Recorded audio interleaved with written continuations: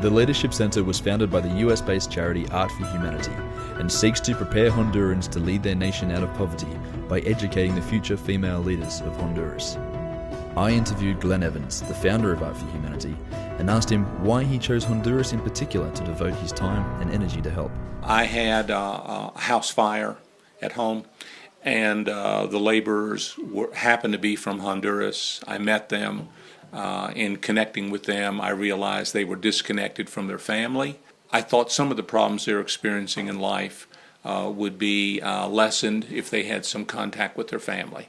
And so I offered to make a video of them, deliver the video to their family, and make a video of their family and bring it back to them. In the process of doing that, discovered where Honduras is. I had never been here. I had never really even looked for it on the map. And so it was just totally circumstantial. It could have been somewhere else, but it ends up that the poverty here is just unimaginable. It's the second poorest country in the Western Hemisphere. I have volunteered in Southeast D.C. in a crack cocaine recovery center with homeless men for almost 20 years now. And the poverty of D.C. seems like luxury here. The campus is located high in the pine forest of Las Bayas, close to many natural waterfalls and breathtaking views. It takes about an hour to drive there from the main road, but it's only really accessible by four-wheel drive or motorbike.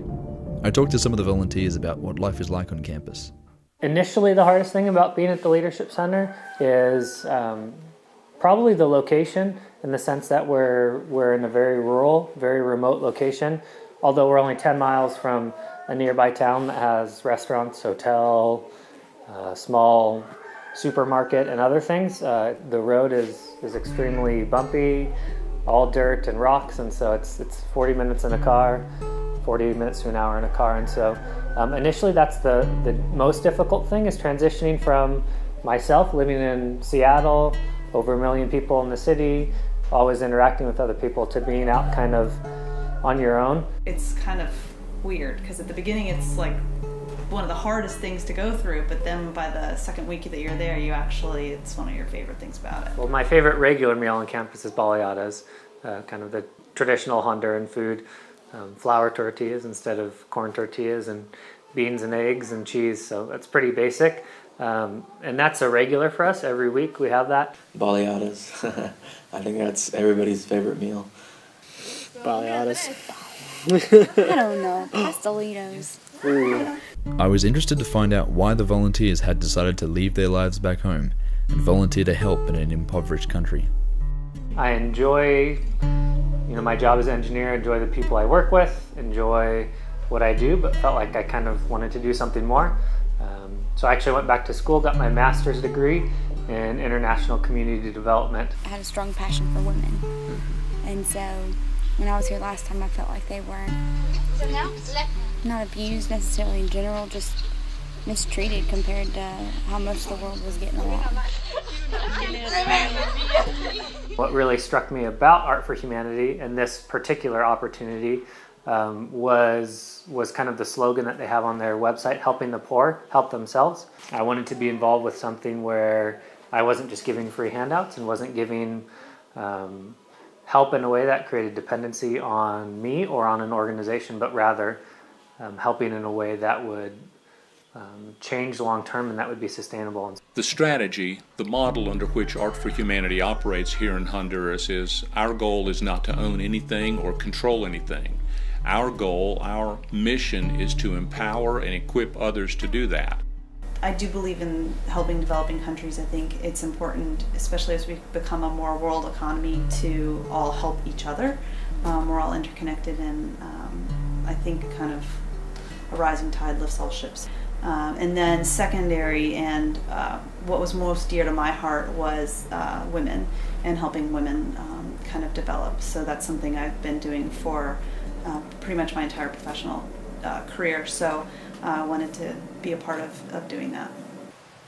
I guess where we were working with the missionaries in Zambrano was good. It was fun, but it wasn't quite as hands-on, I guess, with the problem that we saw in Honduras. You ask any Honduran, what are some problems with your country, and they say things like corruption in the government, corruption in the police force, bad education system, and a lot of that from Honduran viewpoint stems from just having dishonest people or having people who are out for their own interests as opposed to the interest of their country and the interest of others.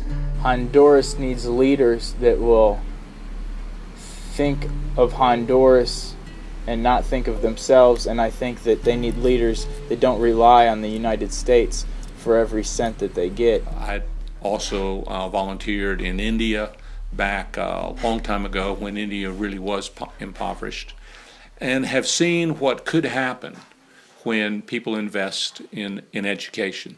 Most of these girls come from an education system that has problems, that teachers aren't being paid, so they don't show up to class. So while they went to 4 years of high school, maybe they only spent 2 to 3 years actually in classes. When we were in Zambrano working and just learning about the culture for the first time, we kept going back to what's the like why are women mistreated? Why are there, why are diseases more rampant, et cetera, et cetera. And it always goes back to education. And that's really what we found out, day 3 or 4 of our mission trip, was everything goes back to education. The more educated you can make the population and the more interested you can get people in leading and in taking a leadership role, the better chances you have of advancing the whole economy. I believe, with all my heart, or else I wouldn't be involved here, that there's a great potential and a lot of opportunities moving forward to change the country of Honduras. There's a lot to face too, though. There's a lot of obstacles they have to overcome. But, I'm not good with timelines, so I don't know if it's in the next 5 years or the next 50 or 100, but I think they've got a lot of potential. I think, like any society, it has to come from within, and I think it's going to involve an evolution of their culture. I think probably our biggest success is in attracting just super volunteers. They are amazing in their dedication, they're amazing in their abilities. They come from all walks of life and from different countries, largely from the States, but from other countries as well. And they come really to give and to serve. And I think, just they make it possible. We look for a wide variety of volunteers. Volunteers with English skills to help with English. Volunteers who have participated in business development, so they're able to teach our girls business principles in case they want to go out and start their own business in the future. Volunteers who have experience in the government. Some of our girls have a desire to hold a government position in the future. So really we're looking for volunteers with a wide variety of capabilities and skills and abilities, but the common thread is that they really want to see change. They have a desire to impact the lives of the students here in a very positive way.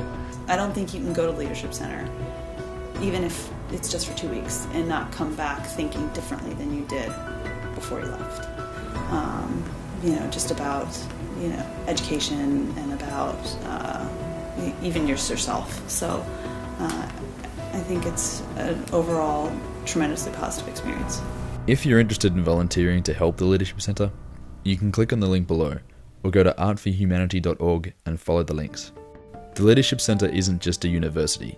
It's also a coffee plantation where both the students and volunteers help to grow coffee for the school to sell. The school grows coffee primarily for one reason, to help financially support the goals of the university, the goals of the school. It also gives our girls an opportunity while they're receiving free education, free food, free housing, free medicine, anything they need is taken care of by the organization.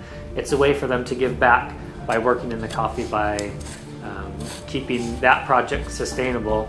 We wanted to have the college to be self-sustaining so that it would not always be dependent on financial resources from the States or other countries. And so my idea was to plant coffee. And coffee can be a profitable agricultural production. Currently, the school is very dependent on contributions from foreign funds.